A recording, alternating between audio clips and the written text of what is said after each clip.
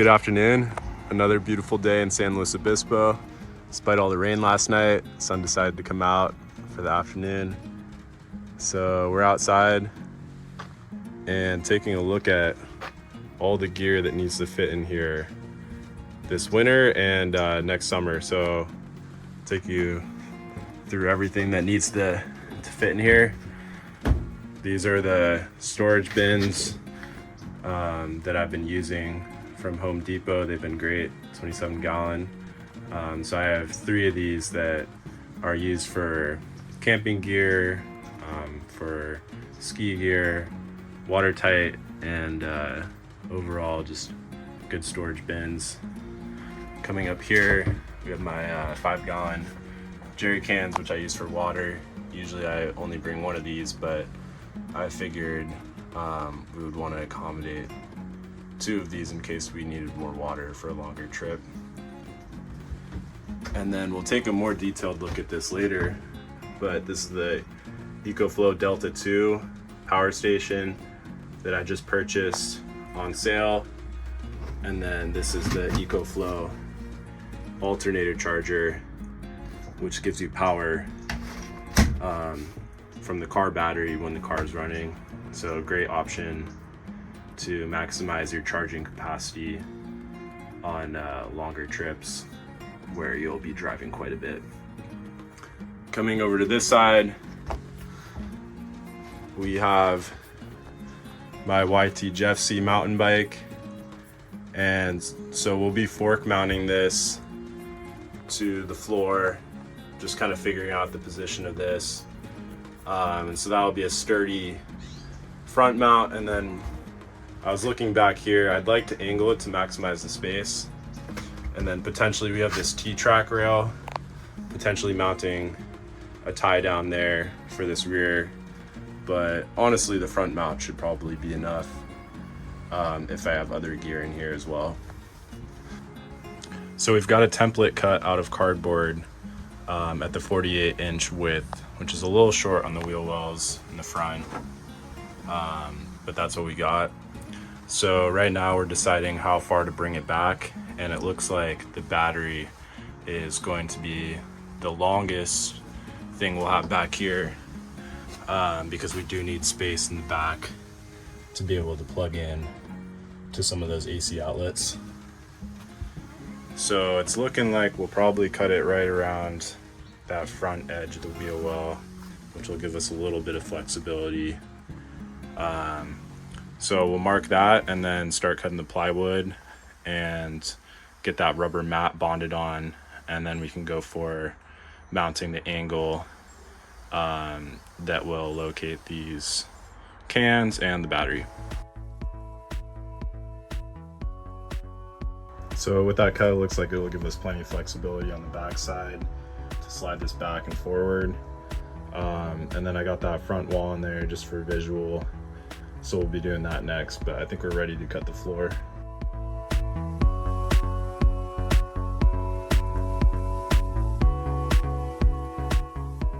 So we got this fit up nice. So next step is to measure here for the front wall.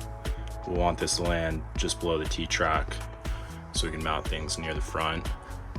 Normally I'm an advocate for designing the stuff in CAD, but for something like this where there's a lot of fine detail, it's often easier to just template this with cardboard and then trace your template. And then I always double check these measurements so that we ensure the cutouts are the same on both sides.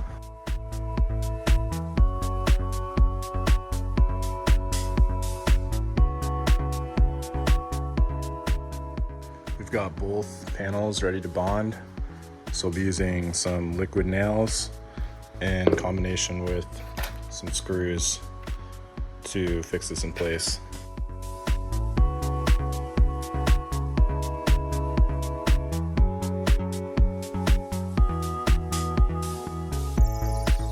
So both panels are laminated, and we're just gonna let this sit for a little bit and set. And so in the meantime, we didn't have enough rubber for these support gussets that'll go on the sides. So we'll be spray painting them black on the inner side so that can match the rubber. And then I did some masking on the edges so that we can keep the raw wood edge consistent.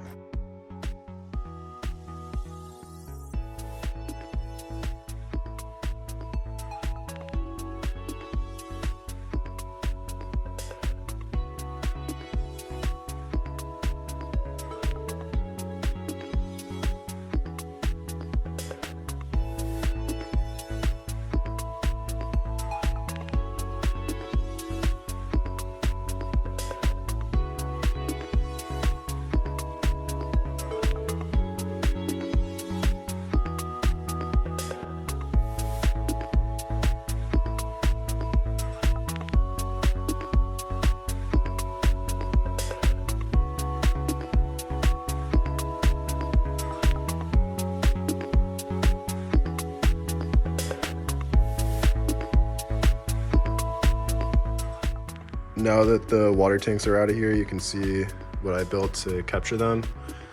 So you have a 2-inch angle with cork tape to secure them in place, which should be fine once they have some weight in them.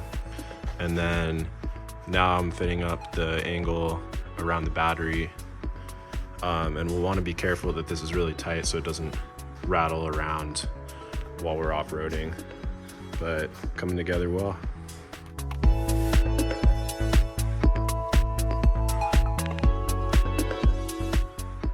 So we got the alternator charger mounted with through bolts and some larger washers on the back side.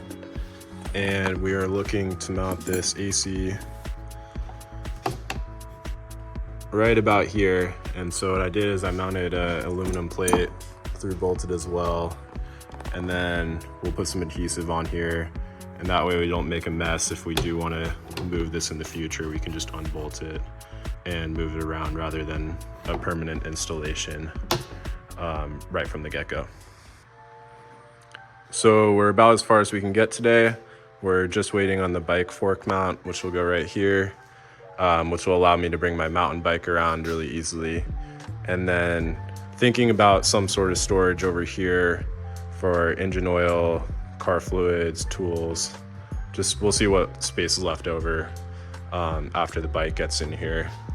Overall, pretty happy. This is really secure. Like I can't even move it when I'm pulling on it. And then these are empty right now, but once they get a little weight in them, they'll be nice and secure as well. And then next steps will be starting the wiring. So we'll do a separate video on the wiring of the solar to the car battery, all the connections, and we'll do a overview on the EcoFlow system and what I'll be using that for. But right now we're just about done, so we'll see you next time. So the bike fork mount arrived, so we just want to make sure that we'll have some clearance to the battery and then to the front wall to run wires. But I like this position right here. Now that we've got the fork mount on, the structure of this is pretty wrapped up. Overall, pretty simple project, but this will be great for just securing all these things moving forward. As I said before, we'll be covering the electrical in an upcoming video. But if you have any questions about the build specifically, feel free to drop a comment, and yeah.